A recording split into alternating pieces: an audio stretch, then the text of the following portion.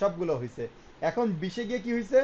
20-এ গিয়ে একটু যেটা বললাম 2 10-এ 20, দেখেন 2 মানে ই, শিপ মানে 10, 2 10, ই শিপ মানে হচ্ছে গিয়ে 2 10।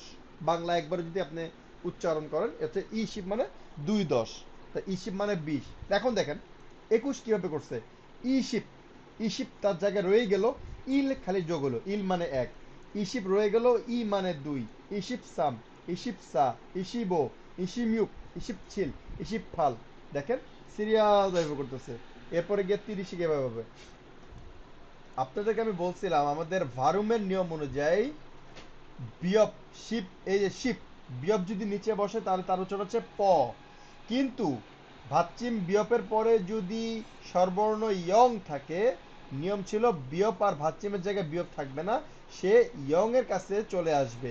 তাহলে বিয়প যদি ইয়ং এর কাছে চলে আসে তাহলে ওর উচ্চারণ কি হবে? ব এর মতো, ব। আর ওর এখানে কিন্তু আর থাকবে না, তাহলে কি দাঁড়াবে?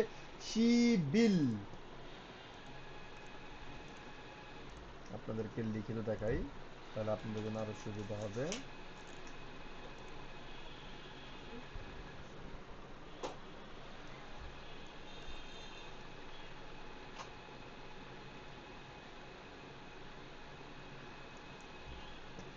হ্যাঁ, আমাদের এটা ছিল শিপ,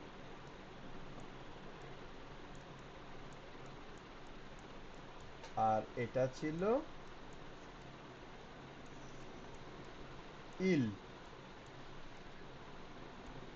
যখন আমরা একসাথে লিখব,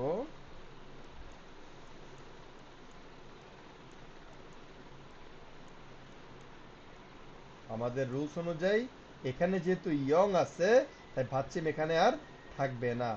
ও কোথায় যাবে? ও ইয়ং এর কাছে চলে আসবে। উচ্চারণটা কিন্তু লেখার সময় কিন্তু ওভাবে লিখতে হবে, শিপ, শিপ ইল ওভাবে কিন্তু লিখতে হবে। উচ্চারণ বাবা বলতেছি, এই এখন ওর উচ্চারণটা লেখাটা হবে এরকম। এখন ও যখন নিচে বসতো ওর উচ্চারণ ছিল প এর মতো, কিন্তু ও যখন মূল বর্ণ হয়ে গেছে ওর উচ্চারণ কি হবে? ব এর মতো। তাহলে এটা আর থাকবে না। তাহলে আমাদের আমাদের লিখিত কি দাঁড়াচ্ছে? শি বিল, শিবিল। হ্যাঁ রবিন। ভাইয়া জিরোটাকে কিভাবে লেখে কোরিয়ান ভাষায়? জিরোটা কোরিয়ান ভাষা হচ্ছে আপনার খং। আচ্ছা দাঁড়া আমি আপনাকে দেখাচ্ছি। আচ্ছা, হ্যাঁ, এই জিরোটা আপনাদের এখানে বাদ পড়ে গেছে। এটাকে কোরিয়ান ভাষায় লেখে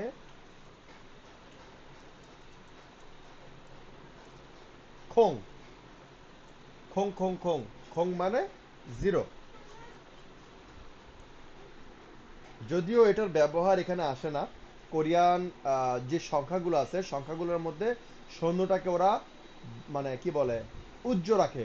শূন্যের ব্যবহার কেবলমাত্র আপনি মোবাইল নাম্বার উচ্চারণ করতে গেলে বা আপনার ঠিকানা উচ্চারণ করতে গেলে ঠিকানার মধ্যে যদি শূন্য থাকে বা মোবাইল নাম্বারে যদি শূন্য থাকে, কেবলমাত্র সেসব জায়গায় আপনার এগুলো এই খঙের প্রয়োজন পড়বে। এছাড়া যত জায়গায় শূন্য আছে ওর এখানে কোনো ব্যবহারই নেই। শূন্যের উচ্চারণটা একবার লিখে দিবেন স্যার? আমি শেয়ার করি নাই। হ্যাঁ এই যে শেয়ার লিখে তো দিলাম, এই যে খং, গিয়ক ও ইয়ং, খং। বাংলায় লেখা দাঁড়াবে হয়কার খো, অনিষ্কার খং। যখন আপনার 20 লেখে ওরা এভাবে লেখে দুই, 2 10-এ 20, 2 10-এ 20। এখন ওরা যদি 12 লিখতে যায়, ওরা যদি 12 লিখতে যায় তাহলে ওরা লিখবে 10 2-এ 12। এই জায়গাতেই আপনারা প্যাচটা লাগাবেন না, এই জন্য আপনাদেরকে আমি লিখে দিলাম। ওরা যখন 20 বলতেছে ওরা বলতেছে কি 2 10-এ 20। ওরা যখন 12 বলতেছে কি বলতেছে 10 2-এ 12। এই কনসেপ্টটা যদি আপনার মাথায় থাকে তাহলে কিন্তু সহজ। এই যে দেখেন, এই যে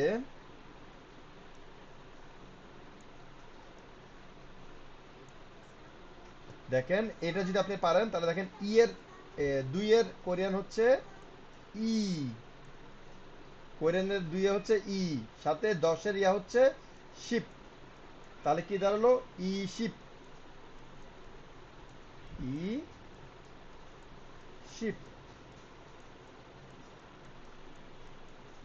আর আপনার এটা যদি লেখেন তাহলে কি দাঁড়াবে, 10 হচ্ছে শিপ, আর 2 হচ্ছে ই শিপ ই। কিন্তু আপনাদের ওই যে মাথা রাখতে হবে আমাদের বানানটা কি দাঁড়াচ্ছে, শিপ ই।